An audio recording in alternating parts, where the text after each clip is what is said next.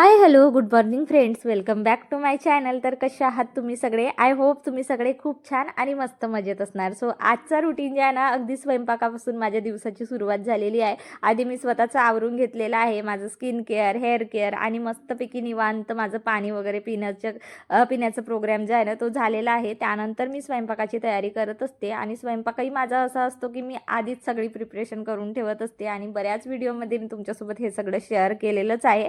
So आता मला बनवायची होती भेंडीची भाजी, पण भेंडी ना जरा कमी होती, म्हणजे 2 मुलांची टिफिनवर, चिवच्या पप्पांना किंवा मलाही म्हणजे चौघांना पुरण्यालायक होतीच नाही. म्हणून म्हटलं चला, मूग होती माझ्याकडे, मस्त मूगला जे आहे ना छान मोडसुद्धा आलेली होती. तर मग साईड बाय साईडना मी म्हटलं की मुगाचं उसळ आणि भेंडीची भाजी सोबत वरणसुद्धा बनवून घेते, म्हणून मी इथे कुकर लावलेला आहे. त्यानंतर दोन्ही साईडचे गॅस माझे चालू आहेत, कारण माझं असं असते की दोन्ही साईडला म्हणजे आपण करू शकतो आणि आपण बायका असेच असतो की आपल्याला सगळं काम असं सोबत करावंच असते, मग करायचंच असते, मल्टीटास्किंग म्हणजे करायचीच असते एक साथ सगळी कामे. आणि माझंही तसंच होतं की एकाच भाजीमध्ये दुसरी पण भाजी फोडणी देऊन होऊन जाते, म्हणून मी इथे कांदा टोमॅटो जे आहे ना ते कापून हा घेते चाकू ना आहे. खरंच खूप चांगला आहे क्वालिटी वाईज, म्हणजे मी तर याचा भरपूर यूज करून घेत असते, कारण ना मोठा आहे चांगला आणि मोठा असल्यामुळे ना रपरप रपरप कापून होते आणि पटकन म्हणजे असं काम झालं ना तर मग मनाला शांतता मिळते की चला पटपट पटपट आपलं काम आवरलेलं आहे.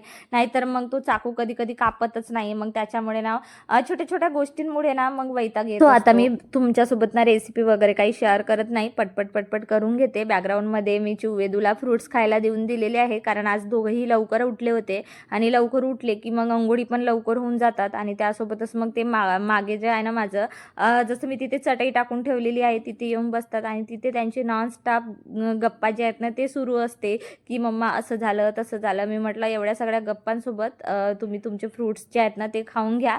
म्हणजे काय होते ना, मी सकाळी सकाळी दोघंही मुलांना माझ्या मस्त जेवण करून पाठवत असते, कारण त्यांचं स्कूल चांगलं 8:30 9:30 पर्यंत, म्हणजे 9 पर्यंत असते. 9 वाजेपर्यंत जरी गेले ते स्कूलला तरी त्यांचं 9:30ला स्कूल चालू होऊन जातो, म्हणजे भरपूर टाईम असतं आमच्याकडे सकाळचं. म्हणून मी त्यांना फ्रुट्स देते, त्यानंतर जेवण भाजीपोळी देते आणि टिफिनवर सुद्धा भाजीपोळी आणि सेम फ्रुट्स मी देत असते.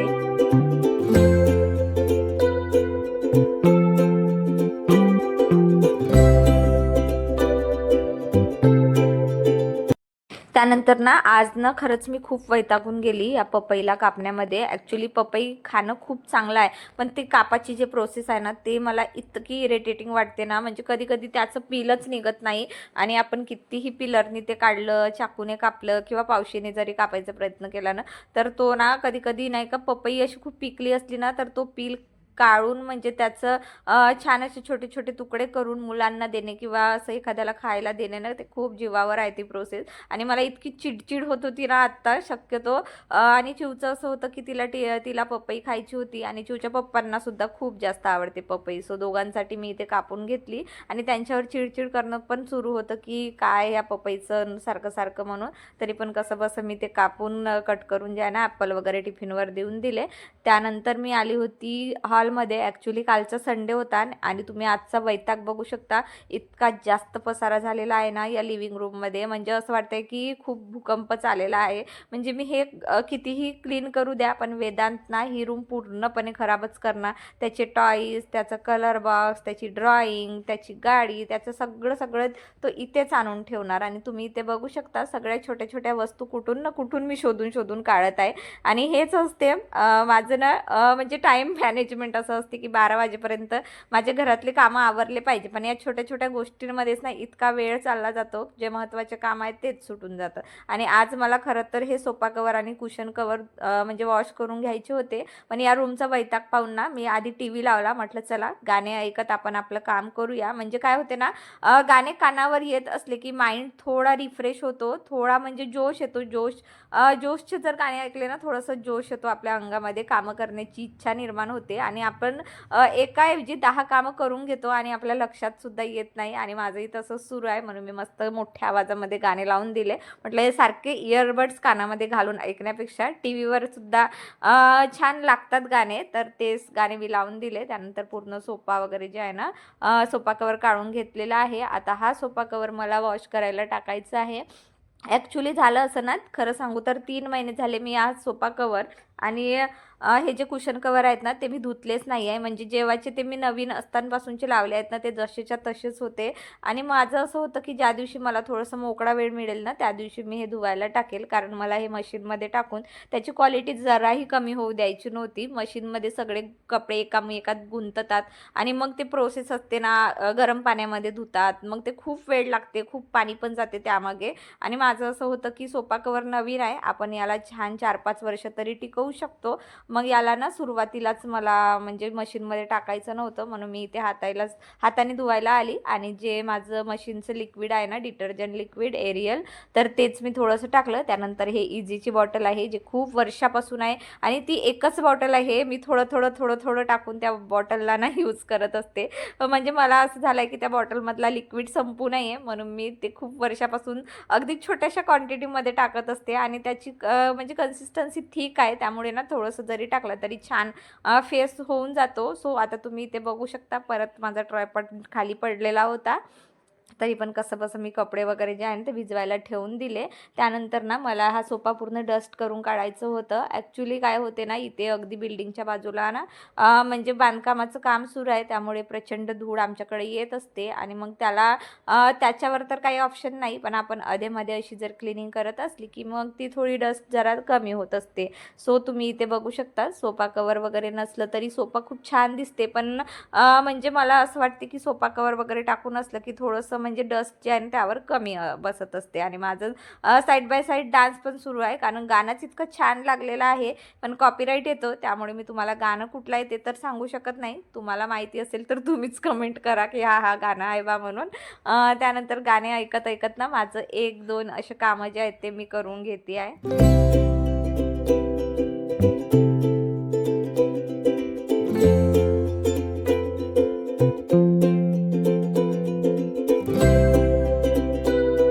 वेदांच्या डान्समध्ये ना असं सनफ्लावरचं म्हणजे ते डान्स होतं सनफ्लावर हातात घेऊन, तर ते अशा म्हणजे क्राफ्टनी बनवलेले आहे कार्डबोर्डचे.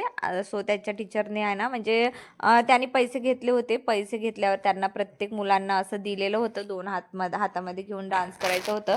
सो हे वेदांतनी घरी आणलं होतं, तर आता याचं करायचं काय म्हणून मी विचार करत होती की कुठल्या तरी छान ना वॉलला आपण लावून देऊ शकतो, म्हणजे तेवढा भाग तो छान दिसेल. पण नंतर मग मी विचार केला की चला 2-3 महिन्यानंतर आपल्याला हे घर सोडायचंच आहे, तर विनाकारण भिंती खराब करायला नको, म्हणून मग मी ते तिथे काही लावलं नाही. त्यानंतर हे या बॉक्समध्ये ना जुने तोडके मोडके खेळणे होते वेदांचे, ते फेकले आधी, पण पुन्हा मी उचलून ठेवून दिले. म्हटलं नको बाबा, तोही त्याला येऊ द्या आणि त्याचे खेळणे तोच त्याला जे ठेवायचे असतील तर तो ठेवेल. त्यानंतर नाही ठेवायचे खेळणे ते मग मी फेकून देणार. असं करून पूर्ण हा टी टेबल जो आहे ना तो रिकामा केलेला आहे. आता तर हा टी टेबल अगदी शांत निवांत दिसत आहे, पण आता थोड्याच वेळामध्ये तो जसंच्या तसंच होणार आहे, हेही मला माहिती आहे. त्यानंतर ना हा सनफ्लावर मी इथे बाहेर असं म्हणजे लावून दिलेला आहे, पण हा लावेपर्यंतच इथे छान होता आणि वेदांत जसं घरी आला तसंच तो याला काढून फेकला. आता तो भाग मी काही शूट केलेला नाही, पण मी तुम्हाला आत्ताच जे आहे ते सांगून देते आहे. त्यानंतर ना आरती आली होती, सो तिचं झाडू पोछा चालू होतं.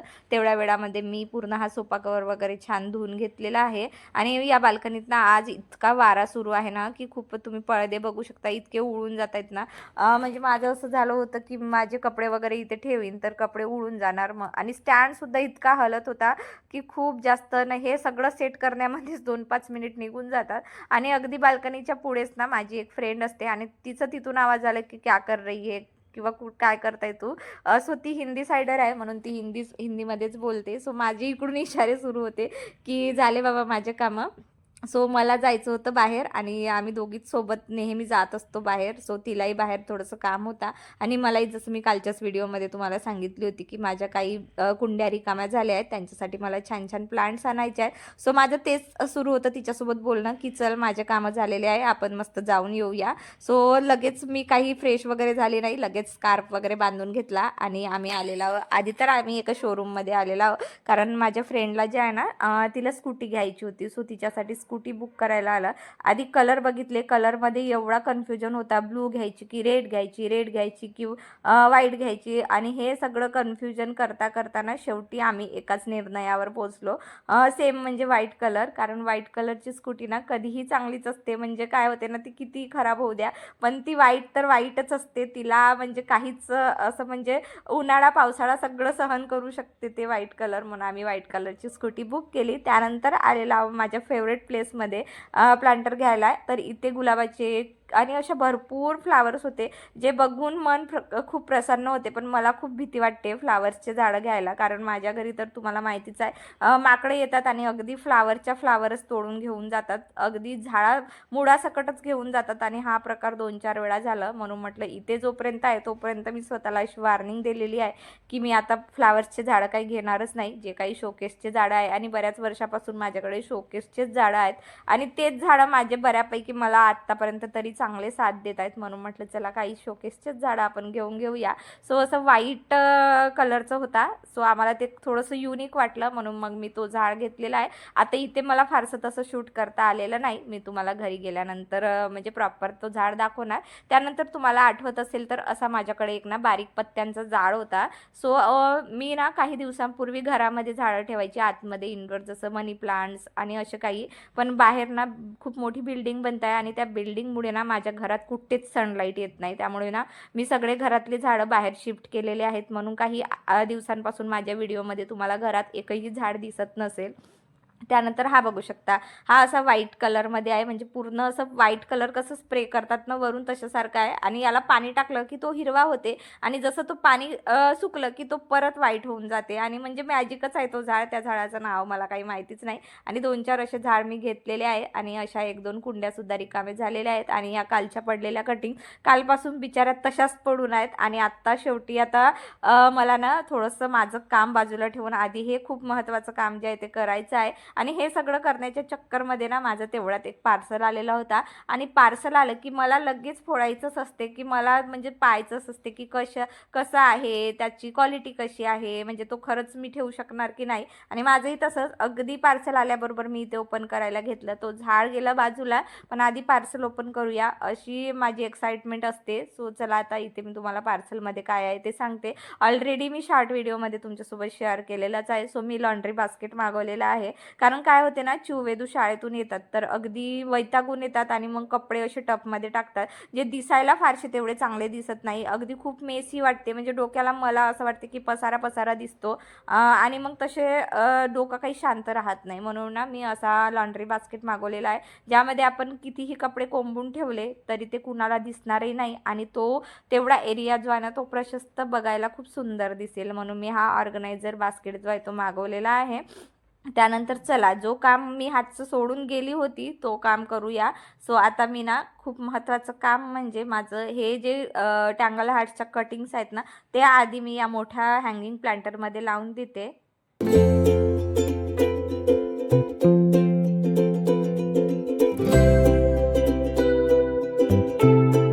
नंतर ना मी इथे हँगिंग प्लांटर लावण्यासाठी माती प्रिपेअर करत आहे. ॲक्च्युली हँगिंग प्लांटरमध्ये ना माती खूप कमी असली पाहिजे, नाहीतर तो जड होतो आणि मग तो पडतोच. आणि याच कारणामुळे 2-3 हँगिंग प्लांटर जे आहे ना तुटून माझे म्हणजे पडलेले आहेत. सो आता मी ना काय केले, यामध्ये जास्तीत जास्त कोकोपीट टाकला, त्यानंतर शेणखत टाकलं, आणि थोडीशीच गार्डन सॉईल जी असते ना ती टाकलेली आहे. आणि हा जो प्लांटर आहे ना अशा पद्धतीचा आहे. खाली याला 4 असे होल दिलेले आहेत, पण त्याला करावं लागते. सो मी इथे चाकू गरम केला, आणि चाकू गरम करून असे 4 होल जे आहेत ना इथे पाळून घेतलेले आहे. त्यानंतर या प्लांटरमध्ये जे आहे ना असे होल केले की म्हणजे जे काही मुळं असतात किंवा एक्स्ट्रा मातीतलं पाणी असतं ना ते इझिली आपण म्हणजे बाहेर त्या ड्रेनेज होलद्वारे जे आहे ना ते निघू शकते. तर अशा प्रकारच्या कटिंग्स होत्या, ज्या खूप चांगल्या कटिंग्स होत्या त्याच मी इथे लावणार आहे. ज्या सुकल्या आहेत, जे समोर जाऊन ग्रोथ होणारच नाही, तशा मी आता फेकूनच देणार आहे. आणि ज्या अशा छान आहेत ना त्या मी अशा पद्धतीने लावत आहे. सो तुम्ही इथे बघू शकता. तुम्हाला जर कुठल्या प्लांट्सची जर कटिंग असेल तुमच्याकडे लावायचं असेल तर आय होप मी तुम्हाला इथे आठवण काढून दिलेली असेल. तुम्ही नक्कीच ट्राय करून बघा अशा पद्धतीने. सो इथे मी सगळ्या कटिंग्स जे आहे ना एक एक करून लावून घेते आहे आणि अशा प्रकारे हा प्लांटर जो आहे तो तयार केलेला आहे. वरून थोडंसं जे आहे ना मातीची एक लेयर टाकली, जेणेकरून ज्या कटिंग्स मी आत्ता लावल्या ना त्या म्हणजे निघल्या नाही पाहिजे आणि खूप जास्त माती पण नाही टाकली, कारण मातीच्या द्वारे ना त्याचे मुळं मरू शकतात. म्हणून मी इथून ना अशाच पद्धतीने थोडीशी माती टाकून स्प्रे बॉटलनी पाणी दिली, कारण डायरेक्ट पाणी दिलं तर मग ते कटिंग्स त्यांना त्रास होऊ शकतो. म्हणून मी स्प्रे बॉटलने देऊन दिली आणि अशा पद्धतीने हा एक नवीन प्लांटर माझ्या या विंडोमध्ये जे आहे ते तयार झाले.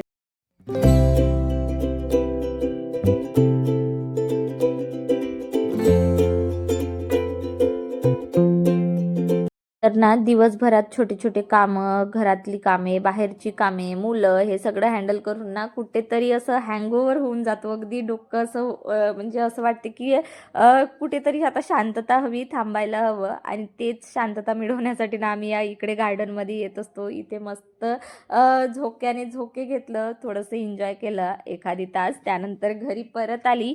घरी परत आल्यानंतर पुन्हा आम्हाला जायचं होतं बाहेर. सो आम्ही आलेलो होतो स्मार्ट बाजारमध्ये. सो स्मार्ट बाजारमध्ये काय झालं ना, या लोकांनी माझा नंबर ना व्हॉट्सअपमध्ये ॲड केलेला आहे आणि त्यांनी व्हॉट्सअपवर टाकलं की कुकर आज खूप ऑफरमध्ये सुरू आहे. आणि बाईची जात म्हटलं की तिला काहीतरी एखादी वस्तू ऑफरमध्ये भेटत आहे, तर त्याच्या लालचमध्ये ती तर जाणारच. आणि माझंही तसंच झालं होतं की काय काय ऑफरमध्ये आहे मला बघायचंच आहे. मी घेईन नाही घेईन पण एकदा बघून येते, म्हणून मी बघायला गेली फक्त. तरी पण मी कुकर घेऊन आला आणि मुलांसाठी मी काही असे सँडविचेस आणले होते, कारण म्हणजे आज दिवसभर बाहेर येणं जाणं सुरू आहे. म्हणून म्हटलं चला काहीतरी आज शॉर्टकट असा स्नॅक्स सायंकाळचं, म्हणून मी सँडविच आणले. तर काही मुलांनी खाल्ले, थोडेसे त्यांच्या पप्पासाठी मी ठेवलेले आहे. आणि मी हा कुकर जो आहे ना तो घेऊन आली. खरं सांगू तर किचनसाठी ना मला म्हणजे वेळ लागल्यासारखीच मी करत असते. जिथली गोष्ट मला ऑफरमध्ये मिळाली की ती मी सोडतच नाही. आणि खरं सांगू तर हा कुकर ना आम्ही 5 ते 6 बायकांनी जे आहे ना घेतलेला आहे, कारण खूप ऑफरमध्ये होता. अगदी म्हणजे 650 रुपयाला मला हा 3 लिटरचा कुकर मिळाला. स्टेनलेस स्टीलचा आहे आणि खूप हेवी आहे, असं खूप छान आहे. म्हणजे क्वालिटी ना खरंच खूपच जबरदस्त आहे त्याची क्वालिटी, म्हणून मी तो घेतलेला आहे. त्यासोबतच मी अशा 99 मध्ये ना 2 बरण्या आणल्या. कारण होते काय ना, शक्यतो तूप ना आमच्याकडे म्हणजे मी दुकानातून आणते. सो त्याचं ना पॅकेजिंग खूपच बेकार आहे. म्हणजे हा गाईचं शुद्ध तूप आहे, पण ही बॉटल जी आहे ना ती इतकी पातळ आहे ना, अगदी गॅसच्या कितीही अंतरावर ठेवला तरी ती एक साईड ना अगदी पिघलूनच जाते. आणि त्याच्यामुळे ना मला असं जाणवत होतं की कुठेतरी प्लास्टिक त्या तुपात मिसळत असेल बा गरम होऊन. म्हणून ना मी तुपासाठी स्पेशल अशा बरण्या आणलेल्या आहे.